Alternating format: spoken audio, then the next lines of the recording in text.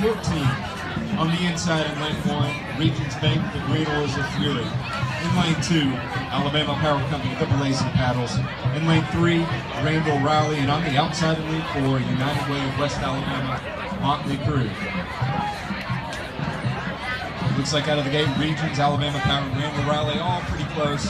But this looks like as they come up to the first buoy, United Way of West Alabama may have a slight lead over Alabama Power. Looks like Alabama Power Company is making a move on United Way of West Alabama as they approach the docks. Although it looks like Regions Bank is now making a move on Alabama Power Company.